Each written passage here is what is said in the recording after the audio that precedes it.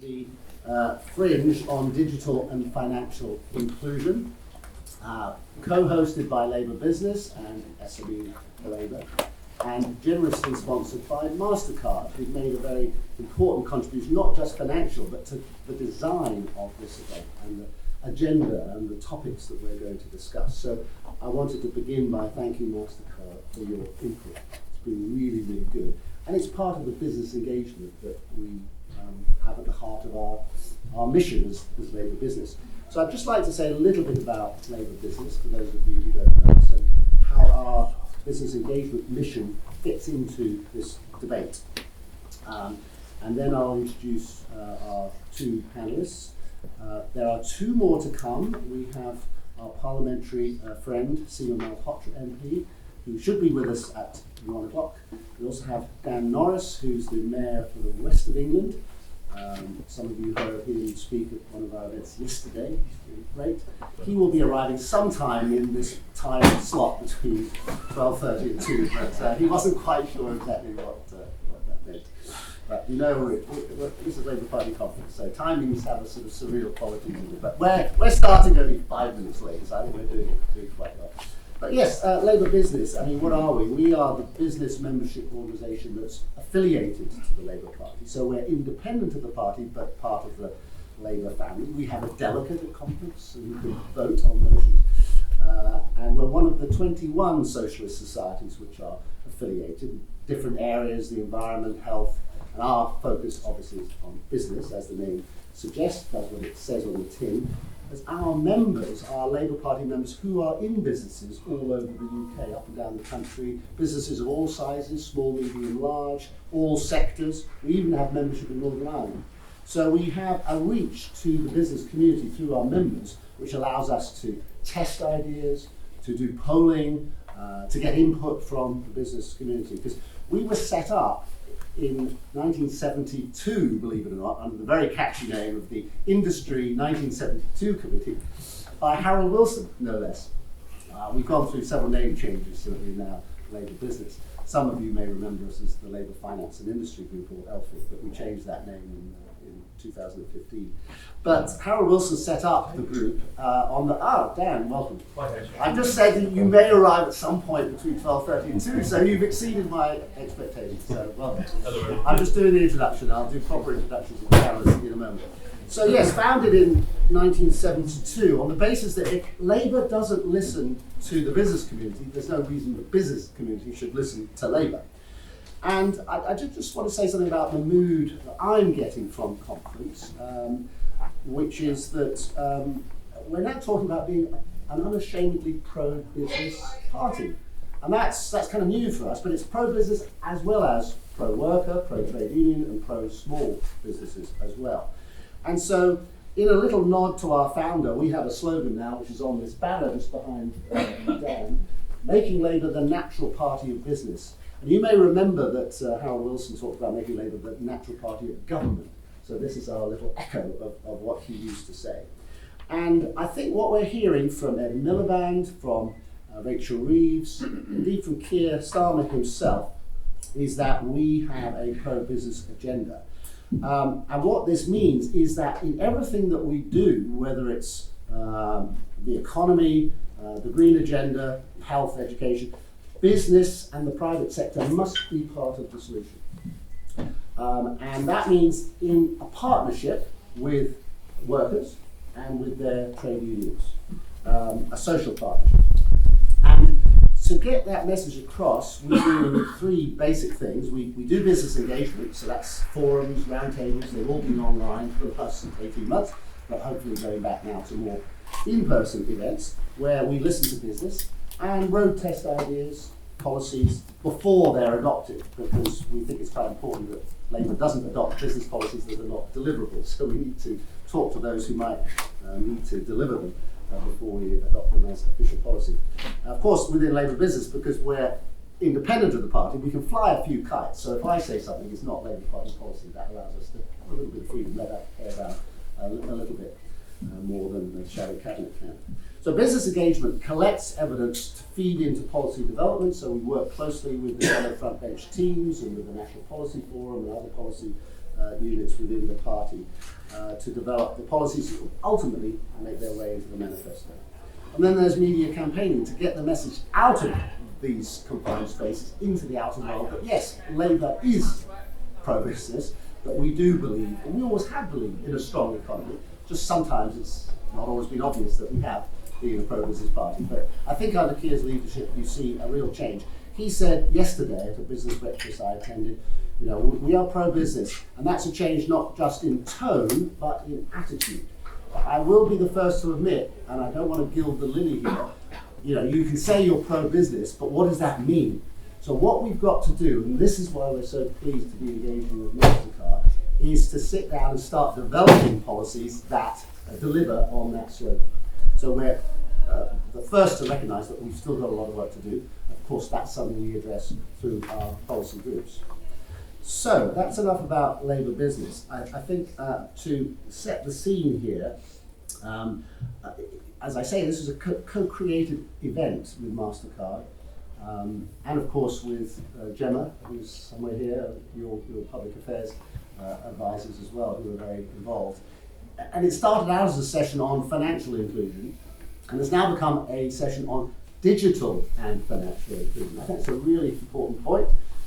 Because there's no financial inclusion without access to the digital means of accessing services, whether it's banking services or public services. Education, we've seen that in the pandemic. How many kids have missed out on education because they don't have basic digital access? So we were really pleased to adopt your suggestion, Kelly, that we should include the digital agenda in financial inclusion. So we're really pleased, not just for your support financially, but also for your engagement with us. And we hope that will continue. I'm a great believer in conference being the beginning of a conversation, not the end. So we want to go on with that conversation over the coming months and years. So I'll introduce our speakers now.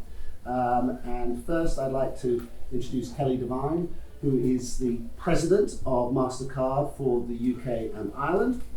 And she's responsible for the whole strategy and direction and overall success of MasterCard's business in the UK and Ireland. She's had a stellar career in various high street banks and global banks, and she has been a consultant at PwC as well. But I'm a lawyer, you've been a consultant, nobody's perfect. No. So I will then introduce the other speakers if I may, and then I'll call on Kelly to speak first. So on my left is Andrew O'Brien, who's head of policy at Social Enterprise UK, or SE UK. For those of you who don't know, they are the membership organisation of social enterprises. We can say more about that, but there are 100,000 social enterprises engaging with government with SE UK's help, and we're very pleased to partner with them. We're doing a lot of policy development work with them. Nobody's saying that every business has to be a social enterprise, but it's an awfully good model for the purposeful business and the responsible business that we are talking about at this conference. And a little plug, an event at 4 o'clock in the Ambassador Room in this hotel is with Ed Miliband on exactly that subject, co-sponsored by SE UK, purposeful business. So if you're interested in that agenda, I hope that you'll come along for that. And then to my far right, geographically speaking only, is Dan Norris, who is the new mayor. And I thought he was the first, but he corrected me yesterday, saying there was a previous mayor for the West of England who nobody had ever heard of, and he disappeared without trace in a landslide victory, which Dan won for that position earlier this year. So Dan has a background as a parliamentarian. He was a member of Parliament and also a minister in Gordon Brown's government. So he's got real cred when it comes to Parliament, but he's now got a very, very different agenda, as you'll hear, about regional devolution. Very, very exciting agenda. So, as I say, about 1 o'clock, we hope that Seema Malhotra will come, and I'll introduce her then to join us. So, Kelly, I hope I've given enough context. May I call on you to address the meeting? Thank you. What an amazing introduction, Henry. Thank you very much, and I hope you won't hold my comments against me. Certainly not.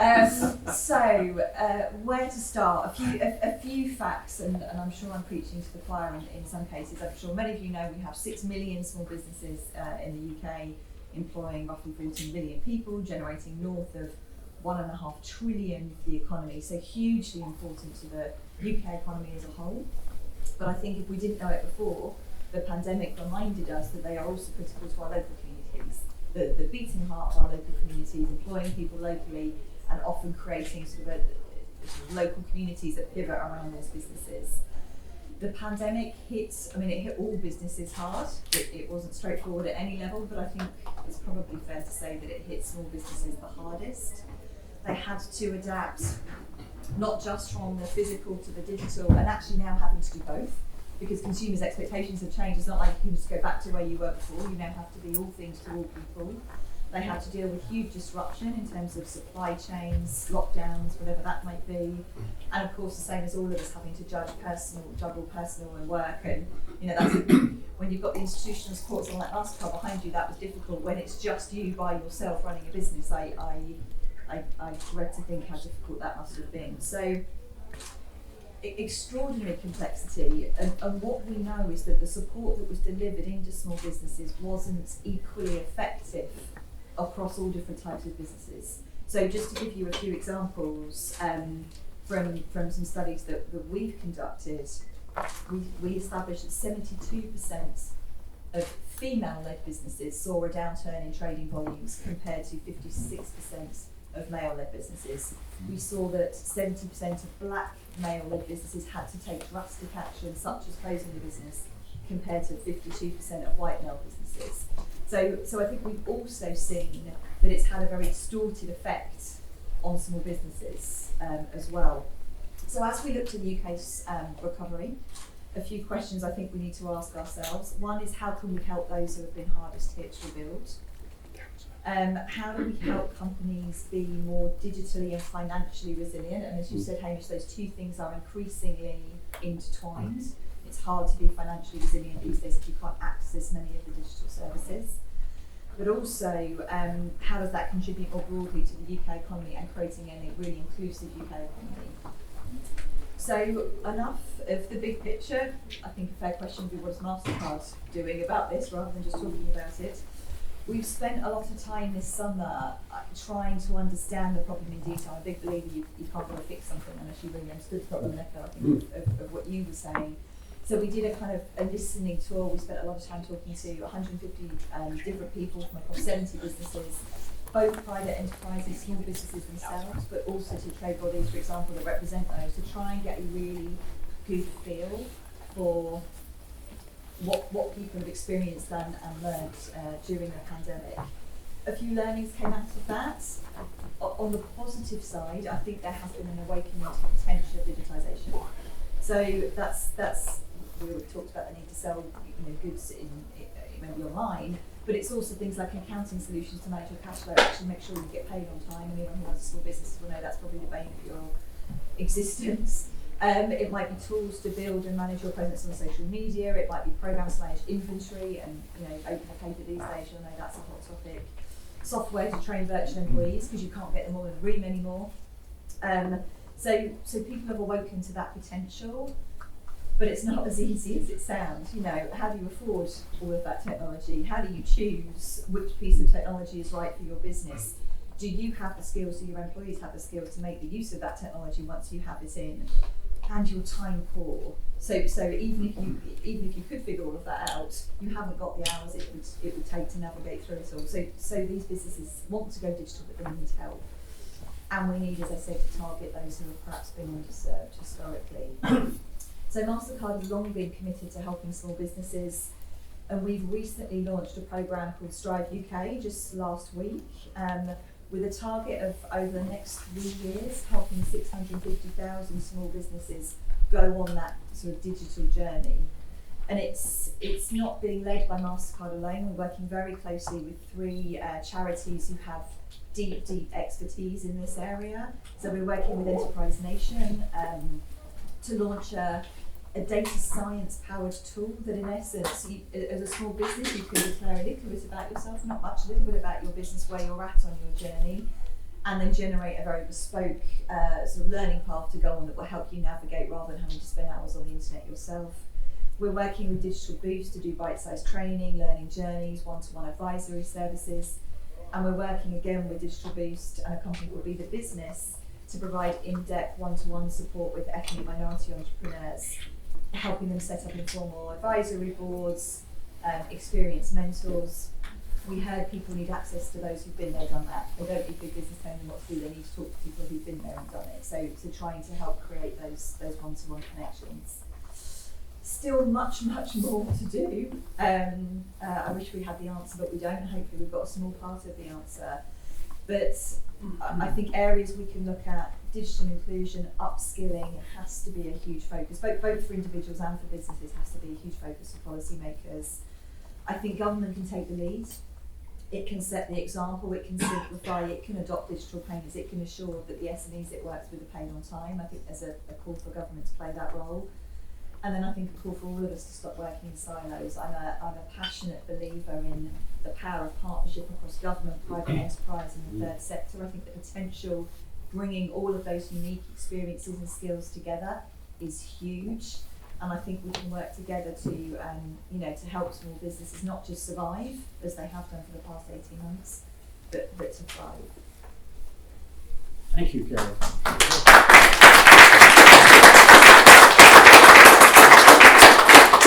That was fascinating. I've read some of the background material on this. It really is an exciting program. I'm sure members of the audience will want to ask some more questions. But we'll move on with other speakers now and then come back to discuss the Strive UK initiative in more detail. So next up is Dan Norris, as advertised, the Mayor for the West of England. And he probably wouldn't be on this panel 10 years ago. We just have parliamentarians. We'd all be run from Westminster, Whitehall. But of course, that's not how the economy works, and that's not how politics work anymore. So it's really important for us, and I'm really pleased to have that regional dimension that you give to this debate, Dan. So can I ask you to address the meeting? Dan Norris. Thank you very much, Hamish. Well, look, it's really lovely to see you all here today. I suppose I want to start by being more sort of overarching and say that my view, Labour is at its very best when it combines its values of compassion with wealth creation. Because unless we have wealth, we cannot make the change that we want. And I think we're sometimes confused by that, because clearly it depends how you make that wealth. The issue about whether it's right or wrong. But in principle, we're not against wealth creation. It really matters. So we want businesses to thrive and do well. We want there to be a general trend of people being able to contribute in as full a way as they possibly can in the future. And the reason I say this, and I see some of the people I said this to before I recognise in the audience, is that if in this ever competitive world, Britain is to be really successful in the future, we have to make sure we use the talents of all our people, every last person, whoever they might be, whether they work part-time or not at all, whether they have elder care, childcare duties, responsibilities, whether they're students, whether they're doing all sorts of other things throughout their lives. We need everybody to be able to contribute whatever they can, irrespective of their circumstances, because that is what will give us the competitive edge globally. And the country that does that most effectively will be the most successful in terms of productivity, and therefore will have the most wealth creation, and therefore will be able to make the most compassionate and decent society there is, because you're able to combine that with those resources that are created by all of us, not just some of us, by all of us. And that to me is hugely important, because I sometimes think we do get to silos, and we do kind of forget that actually the world is changing. We think about it in the old-fashioned way, and we think about changing in terms of technology, but actually society is changing. The pandemic has shown that, hasn't it really? Is that we're now, many more of us have had that experience of working from home, working online, using Zoom or whatever it might be. And what it's shown as well is some of the weaknesses that we've got. So if you haven't got a good broadband connection, it doesn't matter how much you want to work from home, you can't do that, can you? So connectivity in digital age is really important, provided it's done in an equal way, that we all have access to high speed. I don't just mean some broadband, but I mean really good fast broadband, so that you can be involved in video calls with the high upload rates and download rates at the same time, so that no one's excluded. And we often think about that, don't we, in terms of education, but it's still true, unbelievably, including in the West of England I now have the honour to represent, that some schools still don't have a good broadband connection, which is just incredible in my view. I can remember making radical changes when I was in government as a Labour MP, and I never thought that 11 years after I'd stopped being a minister, we would be even thinking there could possibly be any school that didn't have a super duper high speed connection. It's just incredible. And that has to be spread out across the wider society, because I think the trend has also been small business are hugely important, and thank you MasterCard for supporting this event today, by the way. They are really important, but actually there's also going to be a trend, I think, if we're all going to contribute in the way that we need in the future, to people sort of being self-employed actually, and working from home in their own sort of ways that fit around their lifestyles, their responsibilities and their situation. In order to do that, we've got to make sure that not only can they contribute, but they can also get the benefits of their contribution. If they can't access money or can't access the ability to move, transfer resources around, or all the rest of it, they are hugely disadvantaged, and then the country's disadvantaged.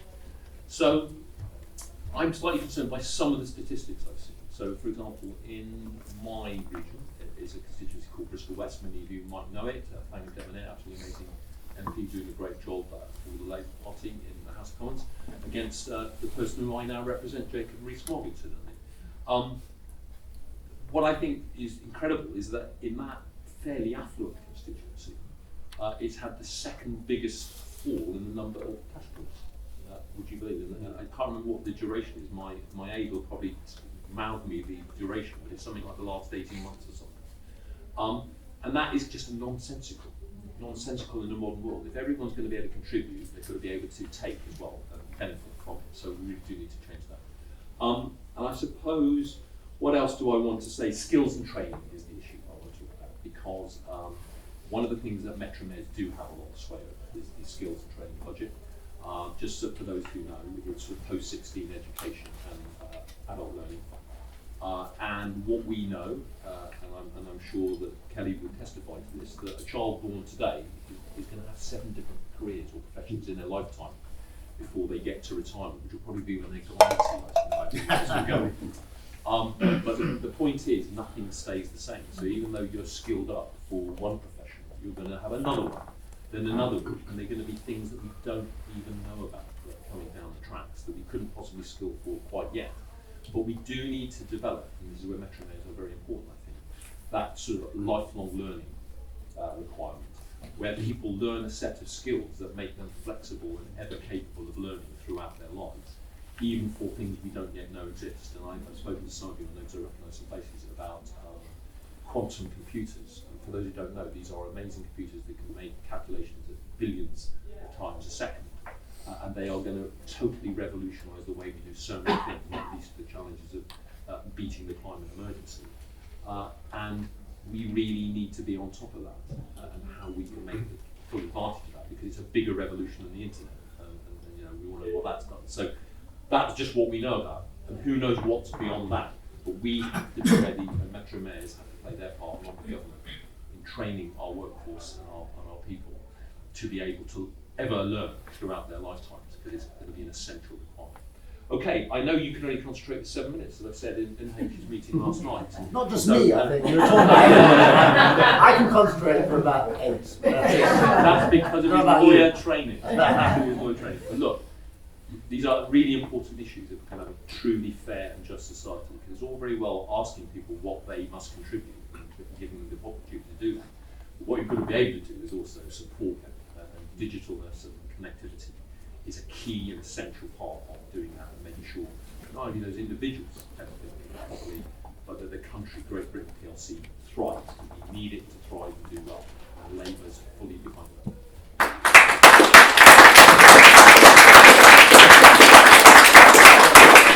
Thank you very much, Dan. I'll turn to the next speaker. I introduced you, Andrew, as part of SE UK, of course, a representative body representing an incredible range of brilliant social enterprises, more than 100,000 across the UK. But SE UK is also a think tank and has been doing a lot of, I say that as a compliment, don't be offended, a think tank in the sense that you've been doing a lot of research, you have the resources from your members and their experience to collect evidence about purposeful business. So Andrew is here really as an expert to comment on the debate so far, and we are working with SE UK on a range of things. We're really grateful for their involvement both today in this event, but also at 4 o'clock, as I mentioned again, with Ed Miliband on purposeful business. So Andrew, over to you. No, thank you very much, Hamish, and thank you, Labour Business, for inviting us to speak, and thanks as well, Kelly, to MasterCard for prompting this, because I think the whole issue around inclusion, and I think, Dan, you hit the nail on the head, are we getting the best out of the talent we have in this country? And the answer to that is no. It's a flat no. We had a more inclusive economy. We had 1 million more women-led businesses in this country. We have another couple of 100,000 black and minority ethnic-led businesses in this country, and they'll be creating new ideas, more innovative ideas, new solutions to the problems that we face, spreading wealth, as you say, Dan, quite rightly, around the country, around our communities. And we just don't have that inclusive economic system that we need. And the members that I represent, the social enterprises, are working on the front line in those areas. So over 20% of them are located in the most deprived parts of the country as measured by the index of multiple deprivation. 40% are led by women, 13% are led by black and minority ethnic leaders. It's double the level in the private sector. So in a sense, my message to people like MasterCard and to politicians is that if you want to work to build a more inclusive economy, come to where those businesses are, rather than just always moaning about, how do we engage with these people? Well, they're there, they are setting up businesses, social enterprises, cooperatives, community businesses, but they're always on the margins of our economy, always on the margins of business, and we need to bring them into the mainstream and empower them. And the benefits for that approach and bringing that new talent in is that these businesses are going to become more productive, more innovative. So social enterprises are innovating at twice the rates that conventional SMEs are doing. Women-led businesses in our sector are even more innovative than the male-led social enterprises. So there's a huge amount of talent and experience there. And similarly for black-led social enterprises, innovating at really strong rates. So there's an opportunity, I think, here to get this inclusive economy in place, but we will need to change the way we think about business. We need to change the way we think about engaging with those communities and to make sure we represent the full balance of businesses that are out there. And I think there's two ways of doing that, and I think, Kelly, in your comments, you've touched upon both of them, I think. One is around financial inclusion. I think it's shocking that in this country, you're 4 times more likely to be rejected for finance if you're a black-led business than if you're a white-led business. Women-led businesses similarly face real difficulties in getting access to capital, and that can't be right. And I know there are arguments about risk and technology and data and how do you map that better, and I think clearly organisations like MasterCard have a huge role to play in that because you're at the front, cutting edge of that technological revolution. But it's also a cultural revolution we see as well, and to stop wasting talent, stop wasting opportunity, and recognise that we do have to take risks in people. But the evidence that we have from social enterprises, if you back black-led businesses, if you back women-led businesses, if you back businesses in the toughest communities, they will thrive, they will succeed, they are very resilient. So there's no economic reason, there's no financial reason not to do so. There's just a cultural barrier that we have to overcome. And again, as I say, social enterprises are a great way of delivering and working in those places. So let's that financial inclusion part, and I think that looks at changing the way that finance is delivered. A lot of conventional loans, conventional debt, are just not going to work in places where there's low levels of social and economic capital. If you don't have the same social network as a white man such as myself, it's going to take time for your business to become profitable. And you've got these fixed milestones of repayments. I know the startup loans, for example. I was speaking to the British Business Bank this week, and they were saying, we give people a 6-month payment holiday. We have to start paying a startup loan. 6 months isn't very long when you're setting up a business. You can eat up that time just getting your digital footprint in place, just figuring out your market and what you're going to do. So you need a much more patient approach. You need to look at things like quasi-equity, where we can link payments to performance milestones. When you grow your business over 100,000K, you start to pay back. If you hire somebody, you start to pay back that loan. So there's more flexible ways we can deliver that finance. But the other, and I think Dan, you touched on it, and Kelly as well, is around digital inclusion and training. And we know in this country, and Andy Haldane, who talked about the long tail of British business, is now the permanent secretary of the Department for Levelling Up. I'm not sure whether he's only there for 6 months, so he better level up pretty quickly, I guess. But he's spoken about the way we need to raise the standards, raise the performance of those long tail SMEs in this country, which have been digitally excluded. And the evidence is that there's a huge economic opportunity there. I was looking at a study by Parker Cavendish, which looked at SMEs and found that if we can just get the right digital skills into those companies, we could add 10 billion to the UK economy overnight, which is a huge figure. And it's twice as impactful to invest in digital skills and training as it is to give people money to buy digital technology as well. And I think your point, Kelly, about using that technology is as important as giving people access to it. And I think when we're looking at how we do that, I suppose some of it's around fragmentation. I'm a great lover of chambers of commerce and LEPs, and we have the mayors and we have local authorities, but it's incredibly confusing if you're an SME to navigate that space. We should be empowering Dan and his Metro Mayor colleagues to have more control over that, more of a one-stop shop approach, giving more power to those chambers of commerce to be able to bring people together, rather than just hoping that SMEs will navigate a kind of alphabet soup of organisations that can support them. And the other area I think where there's a huge amount of opportunity is around digital tools that help to enable people to understand the impact and performance of their business. So I think you talked about this, Kelly, but one of the things that the biggest firms are doing with digital technology isn't so much traditional e-commerce, although that is important. It's understanding their customers in minute detail and understanding their own business in minute detail. And you talk about quantum computing, Dan, and that's what the Googles and Facebooks of the world are doing. They're absolutely analysing their businesses, and SMEs struggle to obviously have that same computing power. And so how can we democratise that and make sure that SMEs get access to that and use tools like Strive UK, the programme that MasterCard is doing to deliver that? If we can get that same level of financial and digital rigour into our SMEs and help them to do their work, we'll see faster growth, better performance, more job opportunities, more dignified work, higher wages. So this is really at the cutting edge of, I think, what Labour's agenda needs to be. And I think, just to conclude really, I think that, as you said, Hamish, your work about purposeful business, and Kelly, I think you mentioned this as well, it's got to be a partnership between the public and the private sector. No side can do this on their own. And I think we've got a willingness from the private sector with companies like MasterCard to take this issue forward, but they need government to get fully behind them, and they need to empower figures like Dan and you see when you go into office to be able to push this agenda and push it forward. And I suppose from our side, on the social enterprise side, what we can tell you is the demand is there. Businesses are desperate for access to this kind of support. If you can give our SMEs, social enterprise SMEs, the tools to do the job, we can create that high-performing, high-wage, high-skilled economy that we desperately need. So thanks, Hamish, for inviting us to the panel, and looking forward to the rest of the discussion.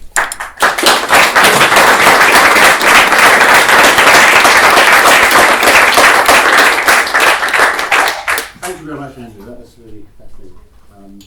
I turn next to our last speaker.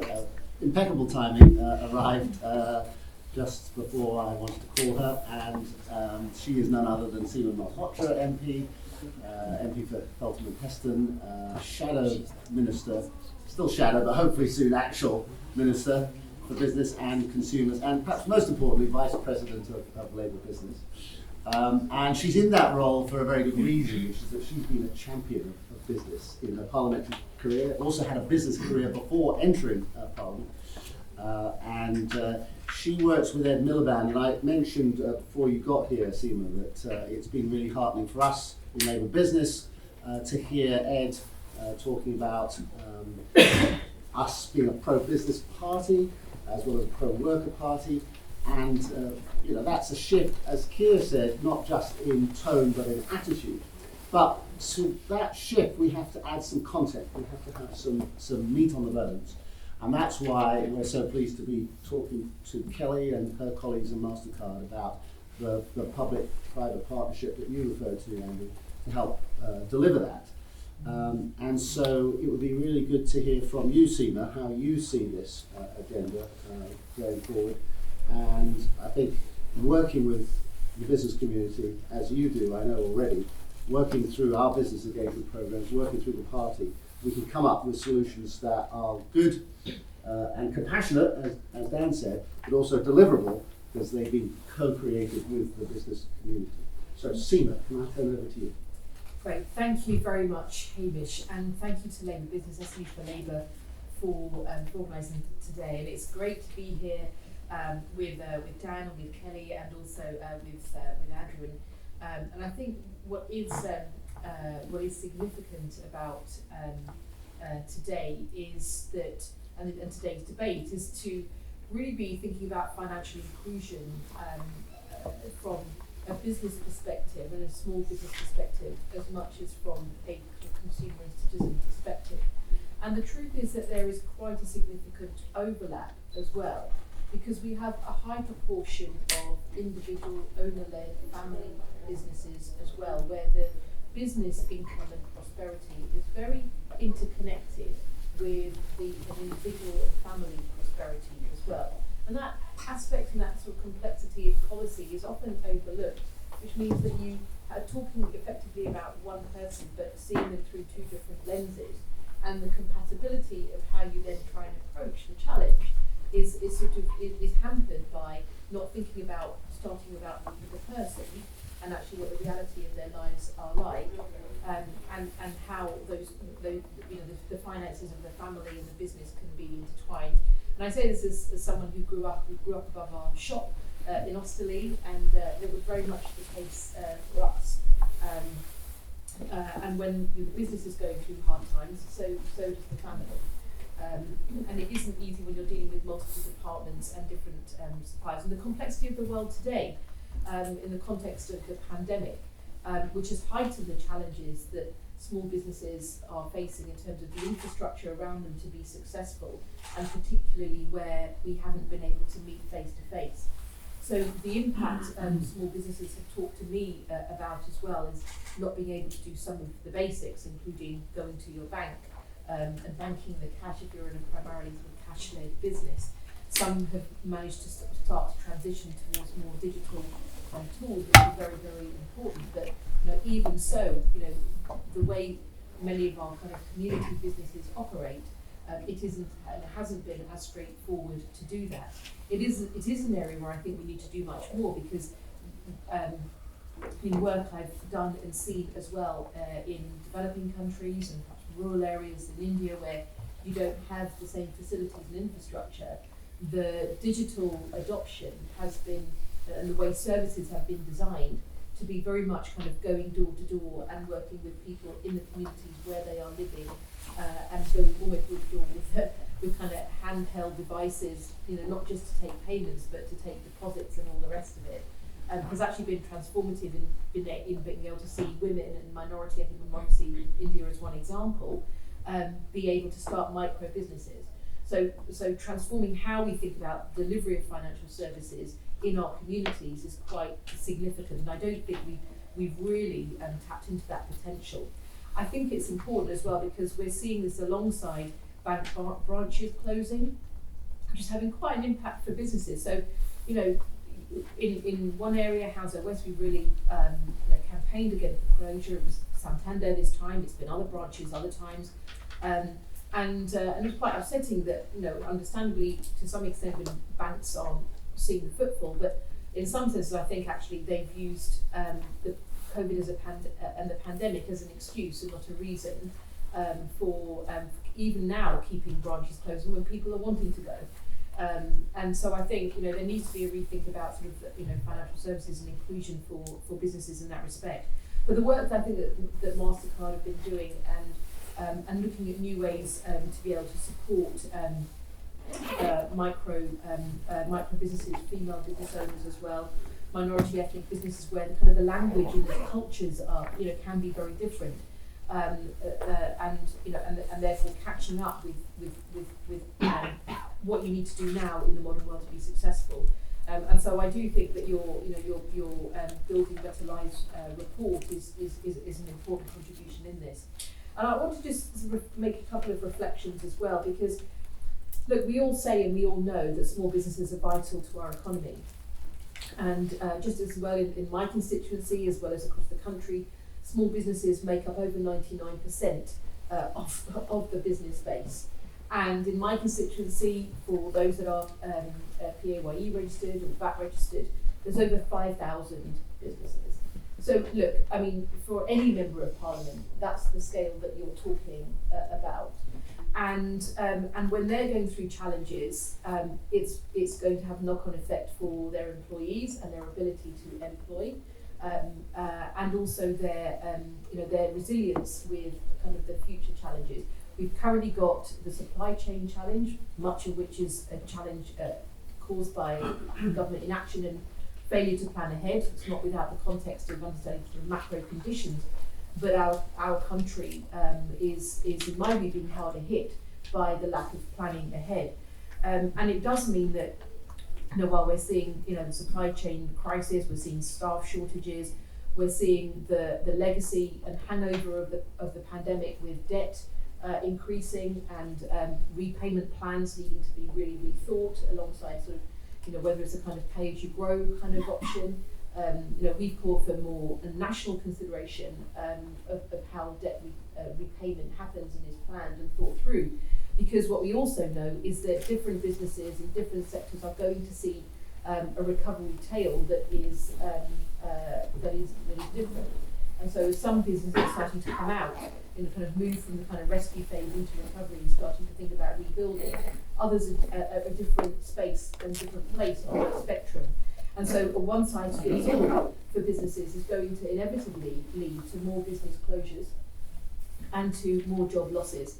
And I'm extremely worried about what the combined effect of the perfect storm of the kind of rent stew, rate stew, furlough ending, and now a supply chain crisis that's holding back both the supply of goods and therefore the kind of ability to sell, as well as just to be able to get by if your business relies on driving, where for many businesses the car is a key asset.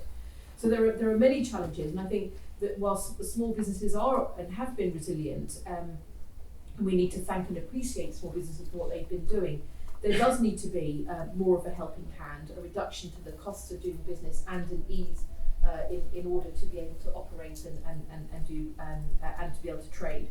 But I just want to share kind of a couple of policy kind of perspectives as well, because I'm involved with the Financial Inclusion Commission as well. And some of the kind of recommendations that the Financial Inclusion Commission has been bringing forward, I think, are quite important because it has understood this issue about needing to think about financial inclusion for citizens and consumers alongside financial inclusion for businesses.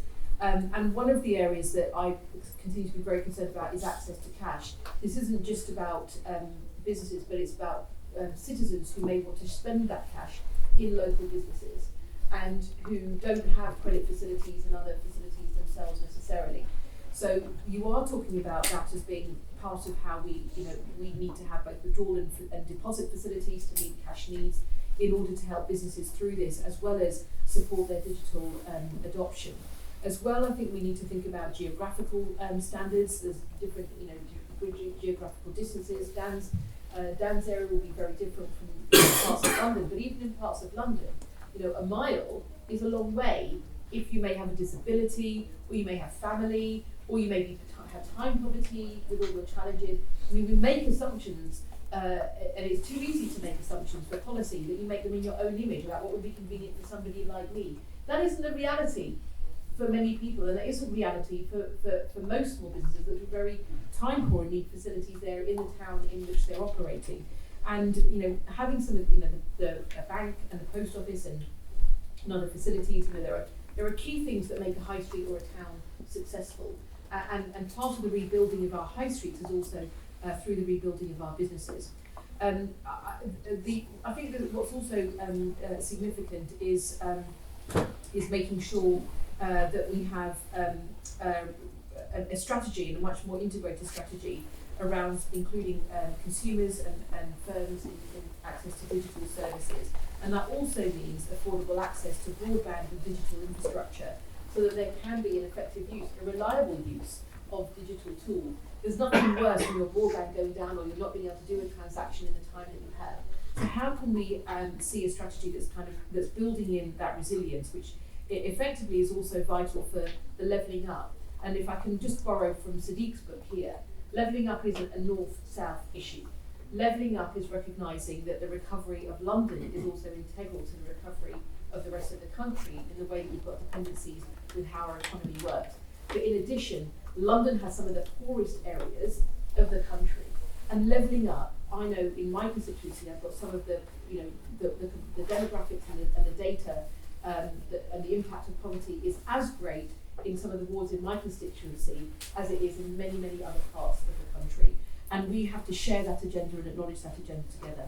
So I'll just close by saying that we need to think much more about mainstreaming financial inclusion for businesses, small businesses, as well as citizens, because there is an interrelationship between them. But alongside financial inclusion, the reason why I think this debate is so important is that for the future, digital inclusion is going to be a key determinant of financial inclusion. And we need to take very seriously what that means in terms of infrastructure, financing and support and training to make that a reality. Thank you.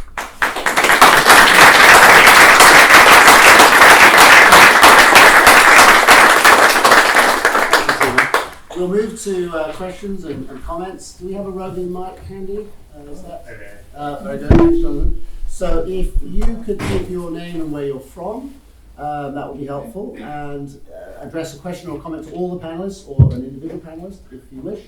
I'll take them in groups of 3, so if you just show your hand, I'll try and get some gender balance as well. So there's a woman in the front, a gentleman in the second row, a gentleman at the back. So we take that order, please. Hi, my name is Zoe. I worked with Dan in the Western Midland Metro Mayor election. I think one thing that the Conservatives have done well is deceiving people and believing that you can decrease the national debt. And that's why we shouldn't invest in businesses, that's why we should invest in other sectors. Obviously this is a complete lie. For every pound you borrow, you owe 2 more back to the bank. So how can we educate people into economic policy and how actually we do need to invest, because that's how we build up our country and that's how we actually level up. Thank you. Yes, and there. Just over there, Jonathan. Far side. I'm trying to not get just Try not to get knock the camera down. Hi, my name's Andy. I work for the Charities Aid Foundation. Amongst other things, we run the UK's largest charity bank. We're talking loads about financial exclusion of small businesses, and obviously this is a Labour business event, I know, the audience, but the same challenges are being faced by charities up and down this country. In fact, disproportionately so, they're more likely to be run by older people who are less likely to access digital services, and it's often not someone's full-time job to run the charities, they don't actually have the time or resources as well. I'd love to hear the panel's views about including charities and other similar organisations when talking about upskilling and everything in between, as sometimes I feel they're a wee bit overlooked in the discussion. Thank you very much. Thank you. And colleague at the back there. You raise your hand. Yeah. Yep. There you go. Hi, Guy Gregori from Nationwide. Interesting conversation, kind of briefly touch on access to cash, and I was just wondering what the panel thought about whether cashback without purchase is a solution that could really aid in this area. It keeps money in local economies, it provides many more access points, and I know that MasterCard especially has done interesting work in this area, so I think it's one solution that could really help on that point. Thank you very much. Kelly, would you like to address all or any of those? Yeah, just so perhaps a couple, so maybe first just on the charities element, absolutely. So one of the things that we were doing when we were trying to put together the Strive programme was we're conscious of the government Help to Grow programme, but it has its gaps. For instance, one of those gaps is it doesn't include charities aren't eligible to participate. So part of what we've done in the design of the programme is to make sure that charities are front and centre eligible part of the thinking. So I think you raise a very good point. I don't know what the rationale would be for not extending it to charities, but hopefully that's something that programmes such as the ones that we're working on can try and plug the gap. And then perhaps to pick up on the cashback without purchase, I know being called MasterCard, the card tends to mean everyone focuses on the card part of the business. But there are a few other things we do as well. We run the infrastructure that sits behind the Link scheme. We don't run the Link ATMs, but we are the technology that sits behind them. We are also the technology that sits behind the post office's ability to service bank accounts.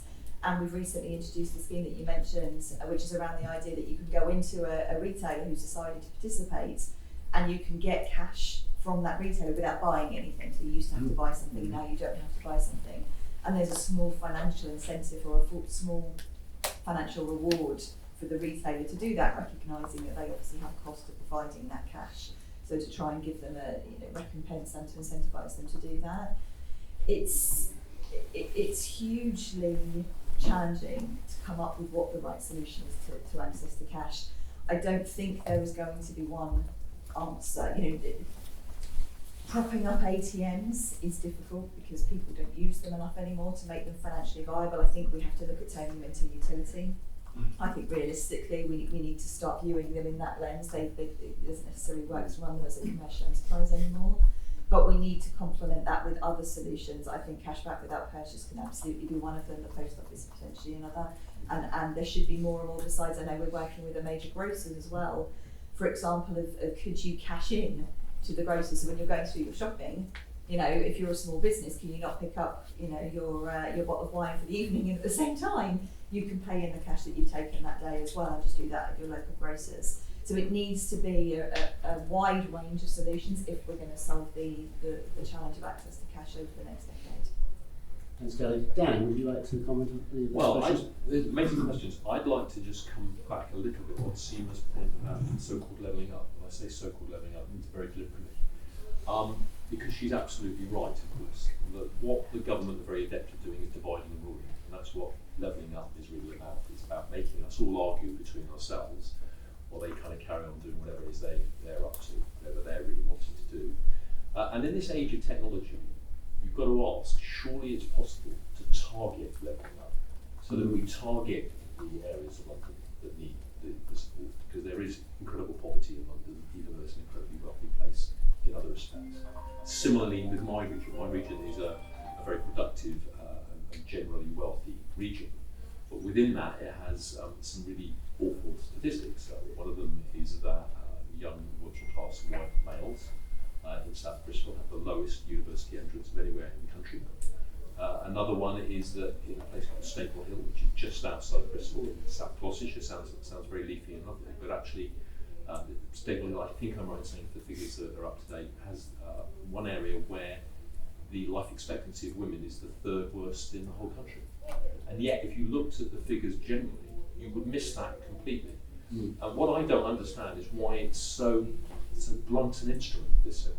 Why are we talking about north, south, east, west? We should be going right in, delving right down in very accurate detail, using the great benefits of technology to tell us exactly where we can target. So I just want to echo that point, because he was absolutely right. We've got to get out of this narrative of north, south, east, west, all the rest of it. I mean, the government are deliberately making it a north-south thing. I mean, I'd love to have something levelling up on these probably going west out of Whitehall. But actually what we've got to do as a party is change that discussion so that it is about wherever there's real need, because that's what we've been doing. We've been doing so-called levelling up forever. They've just sort of stolen some words as if it's the new idea. And actually this is what the labour movement's been about for always. That's what trade unions were formed to do. That's what the Labour Party was formed to do. So we just got to change that discussion, because I think then all these other questions flow from that, because we're getting bogged down in this, and I think we've just got to kind of get out of that trap and get back onto discussing the things that matter. You know, there's need or there isn't need, and need is wherever it is, not just where you want to help it. Okay. Dan, would you like to comment on the colleague in the front row? Well, more than a colleague, Zoe was a terrific campaigner. Right, okay. I thought that might be a well, would you care to respond to that question? I'm not sure what her question was, remind me. Sorry. It's how we can educate people on, on economics to kind of cast a light on the lies that government actually say that, we're the party of decreasing the national debt. This is why we have chosen to throw out austerity. This is why we can't invest in certain sectors. This is why we don't want to invest in small and medium enterprises. Because obviously the idea of getting rid of the national debt is a lie. Yeah. But they make it seem so obvious. And how many times have we spoken to people on the doorstep that said, Labour's just going to waste money, going to bankrupt the country. Meanwhile, food banks are rising, more and more people are having to seek, welfare support because there isn't this investment. And we know that investing in these sectors, in business, will mean that, the money, instead of trickling down, will come up from the ground up. So how do we break through this messaging that they've so cleverly put into the electorate? Thank you. So Dan, why don't you pick that one up, and then I'll move on to Andrew and you can see from Zoe why my majority is 40 down. It's a very effective campaign. Look, what I'd say is a couple of things, I suppose. Firstly, it's partly our fault.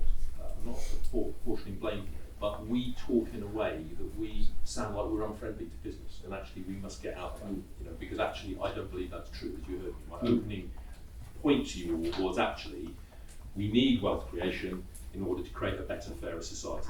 So let's just make sure that we sort of frame our discussions about recognising, I have great admiration for business people who take risks.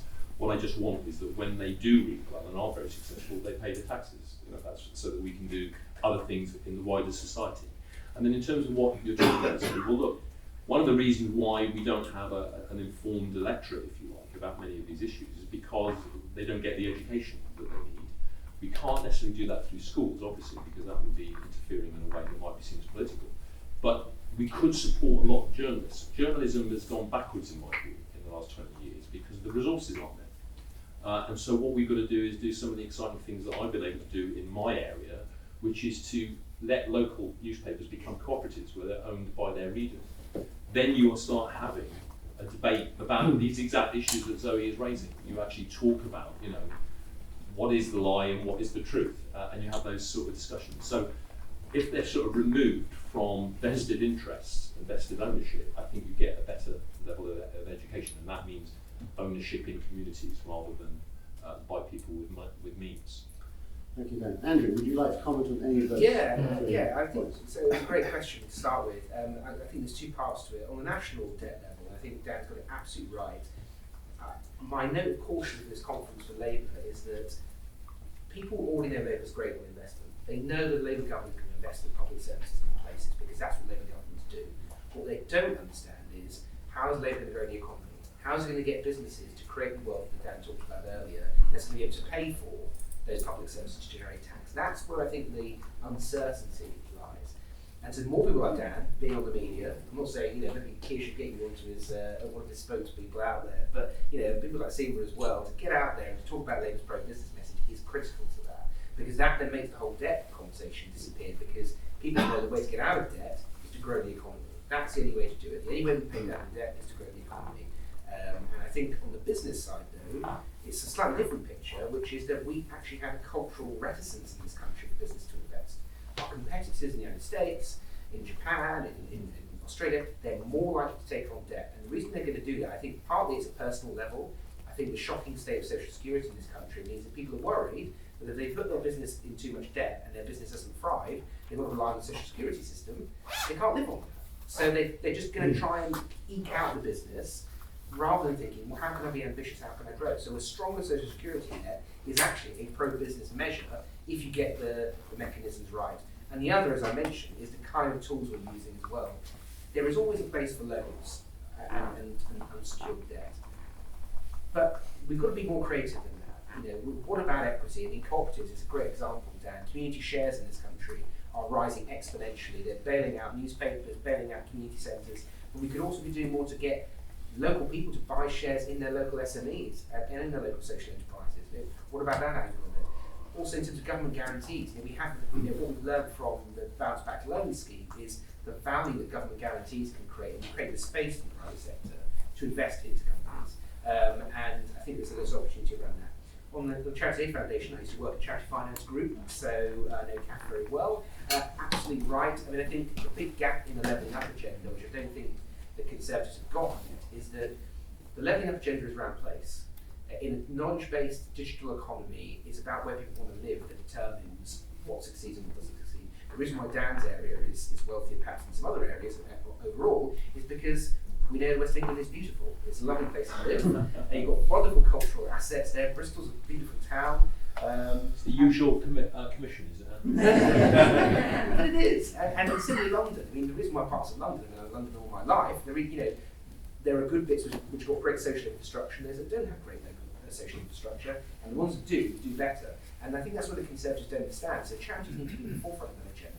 The more charities you have in a place, the more that sense of belonging and social infrastructure is there, the richer those areas will be. And that's why charities are in the richest areas. It's not because rich people found charities, it's because they sustain those charities better, and it then brings in more wealth. And finally, I can't not mention Nationwide because they're one of our biggest social enterprises in the country. And I think what Nationwide are doing, which is a really interesting model here, is that I understand you have a commitment that everywhere you currently have a branch now will have a branch in 2 years' time. Yeah, minimum. January 2023. And it's that kind of cross-subsidy and recognition, I think, from businesses, big businesses. Nationwide is huge. I think it's the biggest building society in the world, if I'm right. You know, they recognise that they have a social responsibility. You know, yes, it would be more profitable for Nationwide, I'm sure, to close loads of unprofitable branches tomorrow. But what they recognise is that they have a responsibility to society to try and keep those branches open as long as possible. And I think what MasterCard is doing with the Strive UK programme is another example of how we need to get business to see its social and environmental responsibility broadly. And of course, the great thing about that is, if all businesses do that, the collective action will make everybody better off. You know, if there are more branches open, if we tackle social inclusion, digital inclusion, not only does MasterCard do well, but every business does well. There's more wealth, there's more profit, there's more jobs, there's more opportunities. So what we need to do is kind of get out of the isolationist box of seeing every business as a silo and start thinking more collectively. And Nationwide, I think, we're doing great work in doing that. Thank you, Andrew. Seema, would you like to comment on any of those three areas? Yes, I'll just add a few comments, and I think that was a really good kind of round of question and challenges. I've had to make a comment about Nationwide as well. I did visit Nationwide as part of the Industry Empowerment Trust programme that I'm on, and I was very keen to hear about their future strategies. Now, this was prior to COVID, but what I thought was really interesting was how branches were being reimagined to think about them as almost like a place that you could come, as a customer and just sit and have a coffee and then you might, as part of that, kind of have a chat about your finances or something. But it was moving away from thinking about the relationship just as a transaction. The customer comes in and it's for one purpose and then they leave. To actually saying, look, how can we broaden the offer so that actually we can see more coming in and get some deeper support and advice, and it was part of that model of supporting people and businesses through kind of life stages.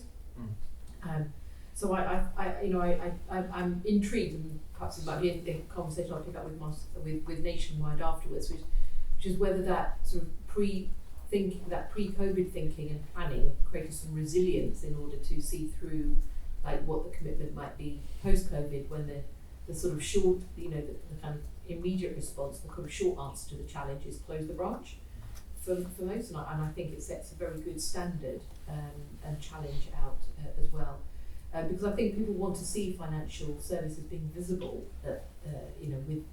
locally where they walk past or where they can be in easy reach, and it is one of the factors for success for high street revival. So there's a kind of shared challenge in that.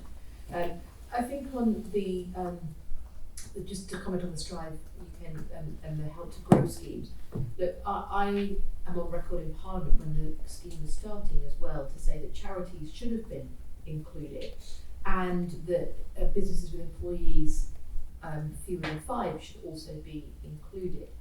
I think there's some arbitrariness in some of these decisions that have been made that seem to me to be something someone proposed and then something nobody else challenged, and it kind of passed through, this kind of pipeline without anybody saying why, because the CBI disagree, most of the others who seem to be the advisory board to the government disagree. So what assessment did the government make, and on what basis are they looking to measure the success of their programme then, which seems, from what I've heard, to be having some initial challenges. And I'm worried that at a moment when we do need to invest in the management capability and the digital capability and skills of small businesses, based on whether it has been you've got your programme, Goldman Sachs have a programme, others have their programmes, based on what's has been hoped to be good practice, you can't just expect that you will put some money out there, have a half thought through way of implementing it, and suddenly everybody's going to come. When time poverty is also an issue for small businesses. So I'm worried that a programme that's needed, that the implementation of which has been poorly thought through, is going to miss the window of opportunity, and I think we need to try and revisit that where possible. So it is something I'll be raising when we go back to Parliament, when we've got some up-to-date information on what's happening. Because I think, you know, your programmes are very important, but they shouldn't be trying to fill the gaps where a government programme could be doing something. You could be then doing something else that is actually also supportive and helpful and a good wraparound, and not trying to fill the holes. You know, we shouldn't have Swiss cheese policy from the government on this sort of area. And I think as well, look, just around Joe's question, I think that there is something very important in this, which is at the heart of trust for Labour, and that is economic competence and how it's perceived. And we can say what we say, but we're going to have to do what we can in opposition to sort of walk the talk. I do think that Rachel's speech was pretty outstanding on this yesterday. And I think there are some choices that she and I think our party, you know, us in Ed's team, Keir, you know, we're very clear about choices need to be made, and choices that you make now on, you know, are within the context we're in, you know, you can build on, and there can be other choices made in the future. But you are going to have to think about what the environment is going to need to be, and what taxation policy might need to be, and what investment policy might need to be in order for business startups and scale up to be successful. And there need to be different approaches to how you finance based on the size and the plans of a business. So micro businesses will be different to kind of, you know, 5+ and might be different to then 50+ and so on. But, you know, we've got to have a way in which our policy and strategy and taxation and investment incentives are aligned to, you know, where the support needs to be at different life stages of a business and growth stages, and then what we would expect in return. And that's got to be part of the adult conversation, the part, you know, from adult to adult, in, you know, with business and government working together, and not a short-term reaction, which is what the government did in relation to the kind of 4 tax hikes. It was a very short-term, plug the gap with kind of the lower hanging fruit, and plug the failure in government policy around the NHS, because none of that money is going to social care for 3 years anyway. And it was a low hanging fruit rather than a considered response, which should have had a commission and cross-party working, which is what we've been calling for 10 years. So, but I think we've got a challenge, and I hope that we're, you know, I feel this conference is a turning point. I feel that we've got a, you know, in my view now, the best chance I've felt so far of actually winning at the next election, because I think we've got a Labour government in waiting. I think we've got a party that is seeking to lay out an agenda and build it step by step on strong foundations, when at the same time as we're focused, really focused on what it's going to take to get elected and deliver for people, we've got a Tory party that's going to start to come off the rails here, because I think, you know, how many more kind of good moderate ministers could you push to the back benches and have a cabinet that isn't based on who's really got the competence to run their departments, but it's based on loyalty to Boris Johnson? That's only going to last so long, and Labour's going to be ready when the time comes.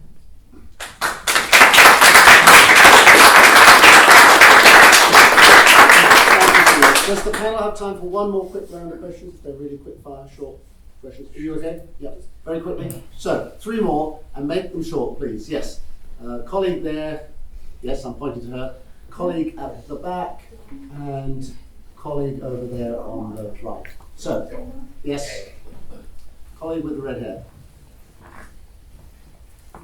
So, Rachel's speech yesterday, she talked about the everyday economy, and I was pleased to hear Seema talking about, you know, exactly what does a small business need in order to get out and about and do their business. So, you know, what is this idea of an everyday economy, and how do we make sure that the businesses in that economy have the infrastructure that they need? Thank you. Colleague in the back row, yes.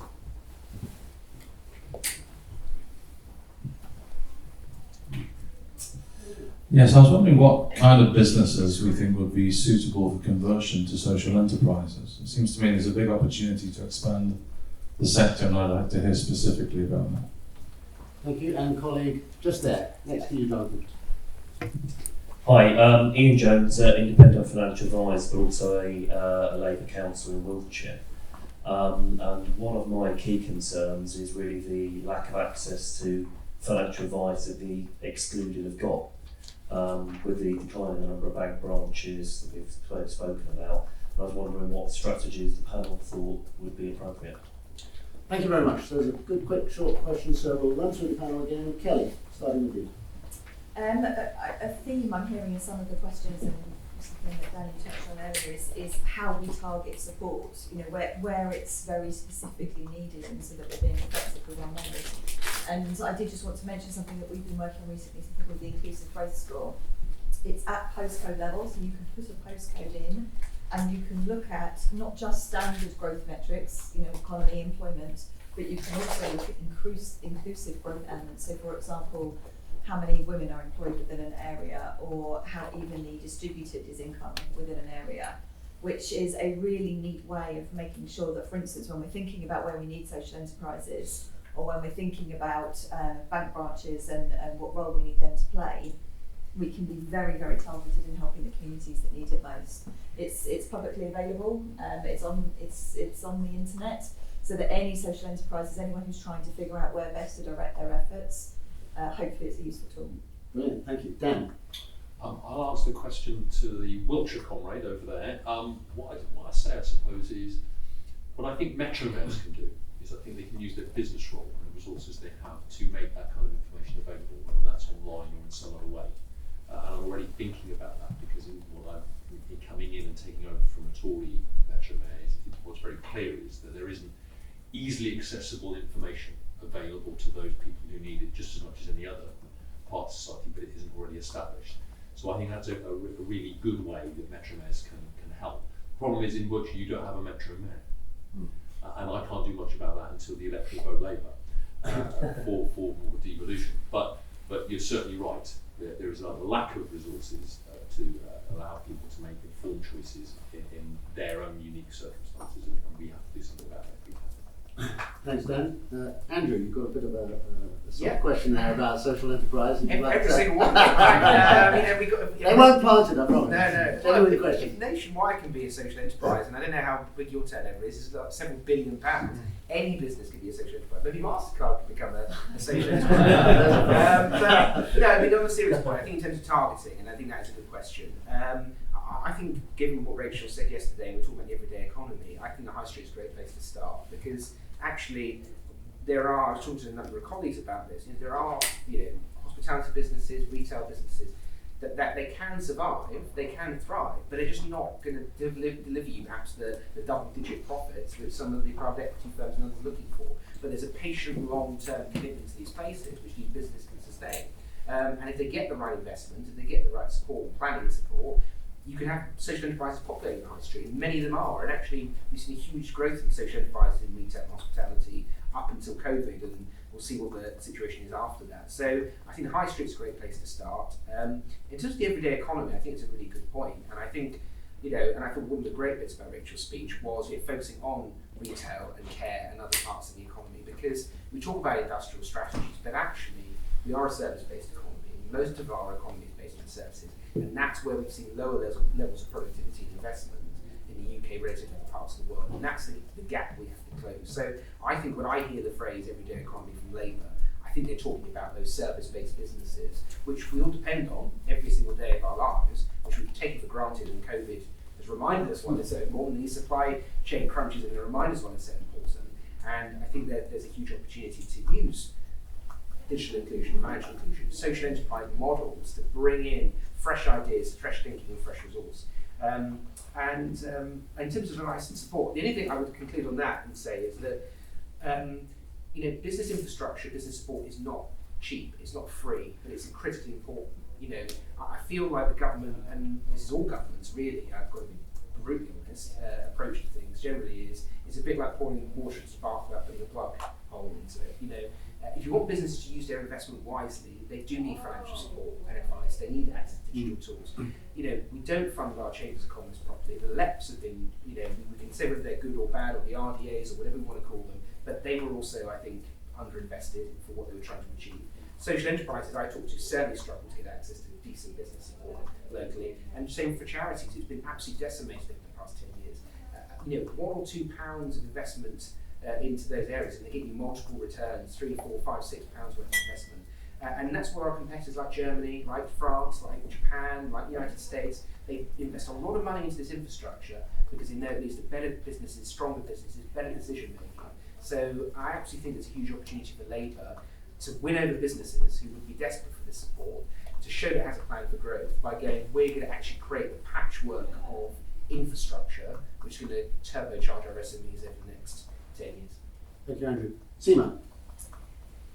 Yes, thanks very much. I think the comments by Andrew were absolutely spot on. I'll just add a couple of things around the everyday economy, which I think was a really great way to encapsulate making a debate about the economy feel very close to home.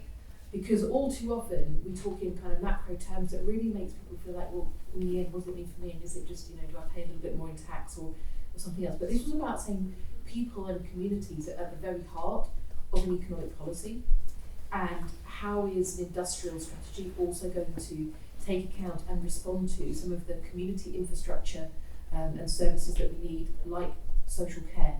So in a sense, it's just a different lens and a more powerful and effective lens on what is a profession and what is needed for us to function effectively, what is almost like a kind of foundation industry for for people to do well and be well and work well.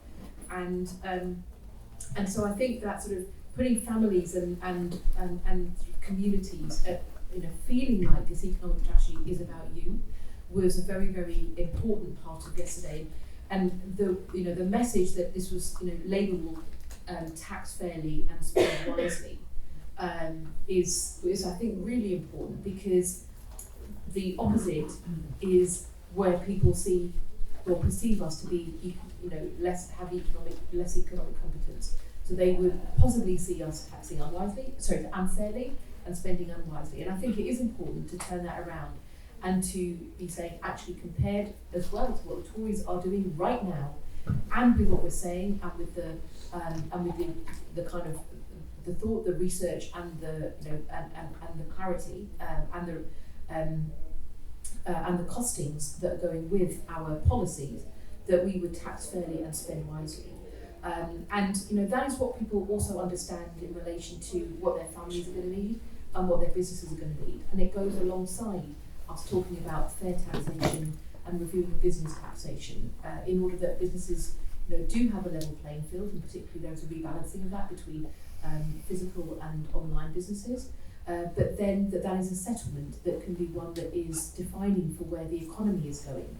I think if there's one thing that's really been a kind of a big message, is that our institutions, and I mean that in terms of our kind of our legislation and what's behind that, our institutions are out of sync with where the economy now is and where the dynamics of the economy are.